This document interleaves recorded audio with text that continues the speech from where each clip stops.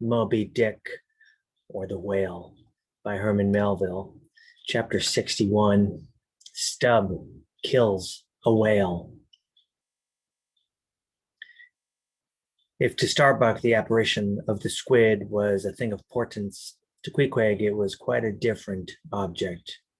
"When you see him quid," said the savage, honing his harpoon in the bow of his hoisted boat, "then you quick see him parm whale." The next day was exceedingly still and sultry, and with nothing special to engage them, the Pequod's crew could hardly resist the spell of sleep induced by such a vacant sea. For this part of the Indian Ocean through which they then were voyaging is not what whalemen call a lively ground. That is, it affords fewer glimpses of porpoises, dolphins, flying fish, and other vivacious denizens of more stirring waters than those off the Rio de la Plata or the inshore ground off Peru.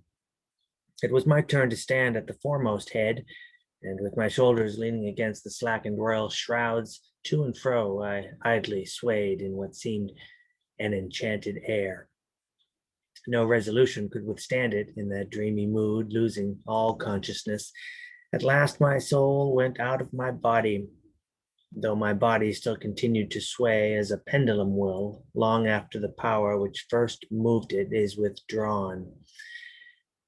Ere forgetfulness altogether came over me, I had noticed that the seamen at the main and mizzen mastheads were already drowsy, so that at last all three of us lifelessly swung from the spars, and for every swing that we made there was a nod from below, from the slumbering helmsman.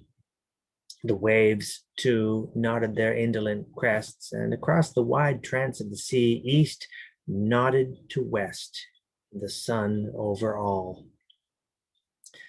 Well, suddenly bubbles seemed bursting beneath my closed eyes like vices. My hands grasped the shrouds. Some invisible, gracious agency preserved me.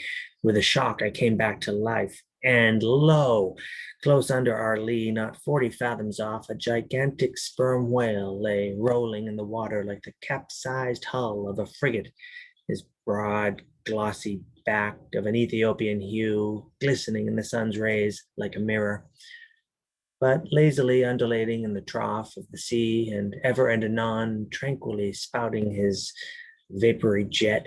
The whale looked like a portly burgher smoking his pipe of a warm afternoon. But that pipe, poor whale, was thy last.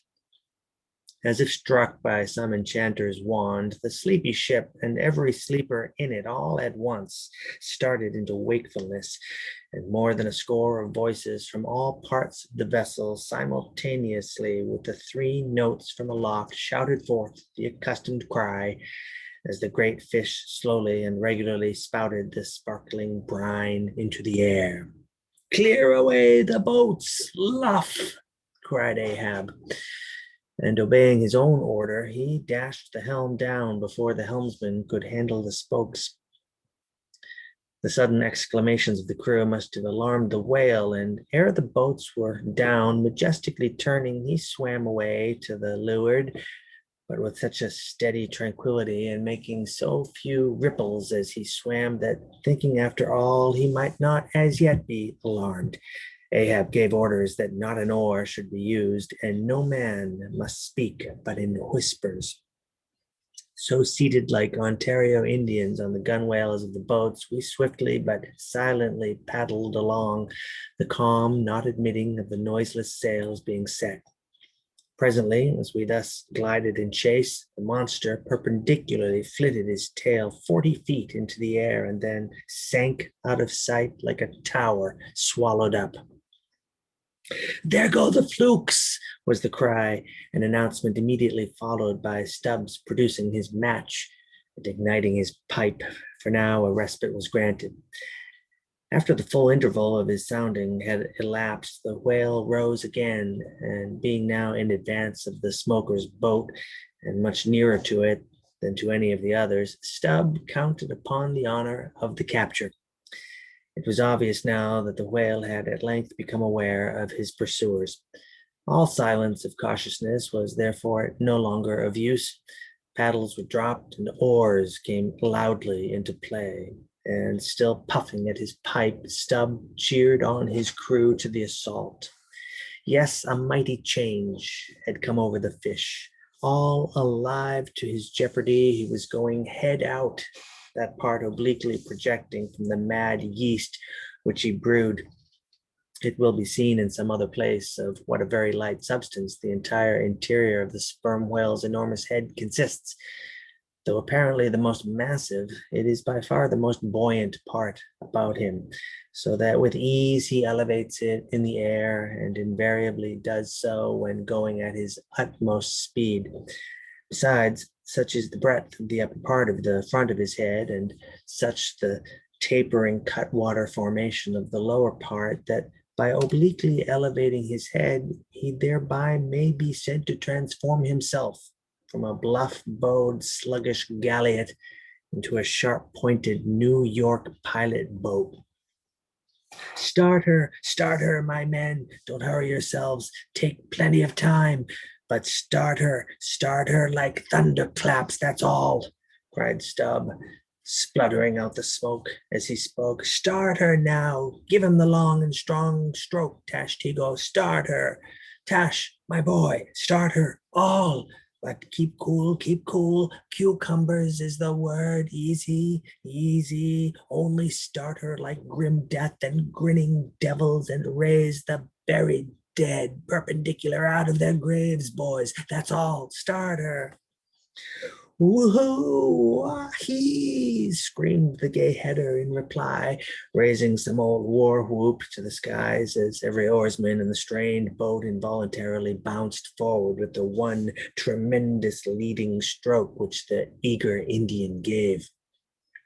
But his wild screams were answered by others quite as wild. Kee-hee, kee-hee, yelled Daggoo, straining forwards and backwards on his seat like a pacing tiger in his cage. Kala, Kulu, howled Queequeg, as if smacking his lips over a mouthful of grenadier's steak. And thus, with oars and yells, the keels cut the sea. Meanwhile, Stubb, retaining his place in the van, still encouraged his men to the onset, all the while puffing the smoke from his mouth. Like desperadoes, they tugged and they strained till the welcome cry was heard. Stand up, Tashtego, give it to him. The harpoon was hurled. Stern all. The oarsmen backed water. The same moment, something went hot and hissing along every one of their wrists. It was the magical line. An instant before, Stubb had swiftly caught 2 additional turns with it round the loggerhead, whence, by reason of its increased rapid circlings, a hempen blue smoke now jetted up and mingled with the steady fumes from his pipe. As the line passed round and round the loggerhead, so also, just before reaching that point, it blisteringly passed through and through both of Stubb's hands, from which the handcloths or squares of quilted canvas, sometimes worn at these times, had accidentally dropped. It was like holding an enemy's sharp two-edged sword by the blade, and that enemy all the time striving to wrest it out of your clutch. Wet the line, cried Stubb to the tub oarsman, him seated by the tub, who, snatching off his hat, dashed seawater into it. More turns were taken so that the line began holding its place. The boat now flew through the boiling water like a shark, all fins. Stubb and Tashtego here changed places, stem for stern, a staggering business, truly, in that rocking commotion. Partly to show off the indispensableness of this act, it may be here stated that in the old Dutch fishery, a mop was used to dash the running line with water. In many other ships, a wooden piggin or bailer is set apart for that purpose. Your hat, however, is the most convenient.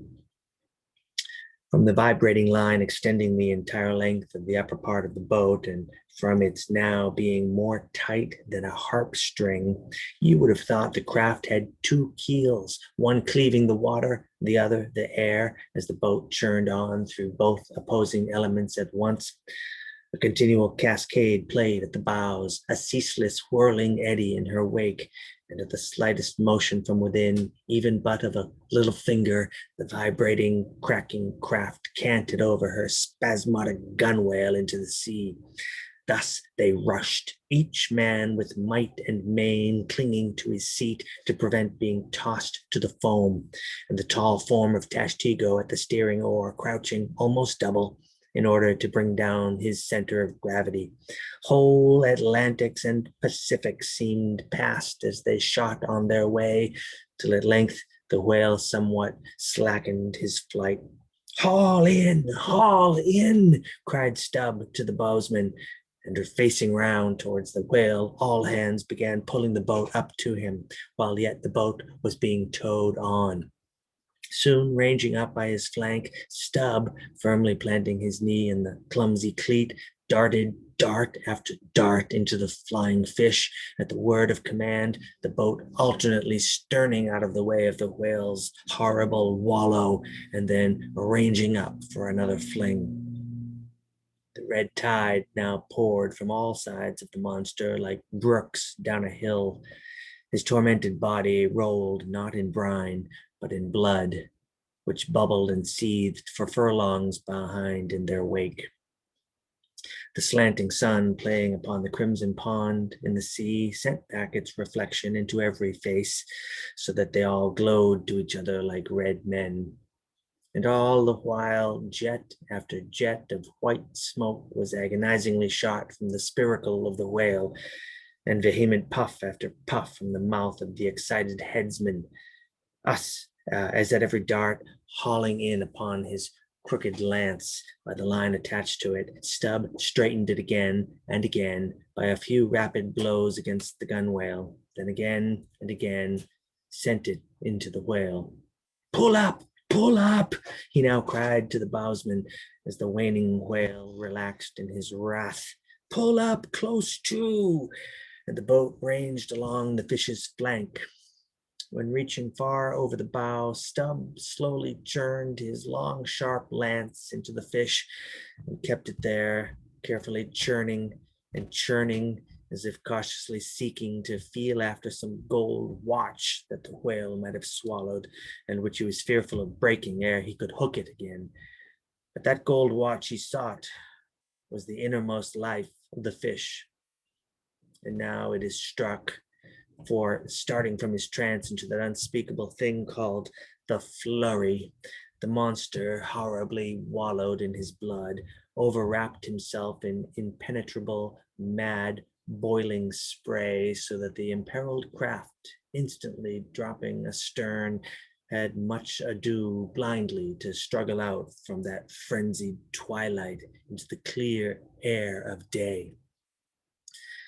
And now, abating in his flurry, the whale once more rolled out into view, surging from side to side, spasmodically dilating and contracting his spout hole with sharp, cracking, agonized respirations.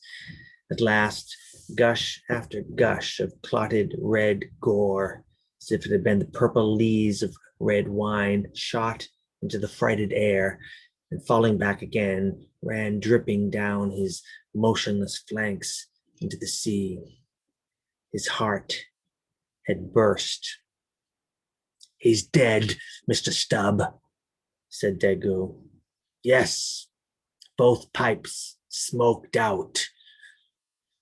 And withdrawing his own from his mouth, Stubb scattered the dead ashes over the water, and for a moment stood thoughtfully eyeing the vast corpse he had made.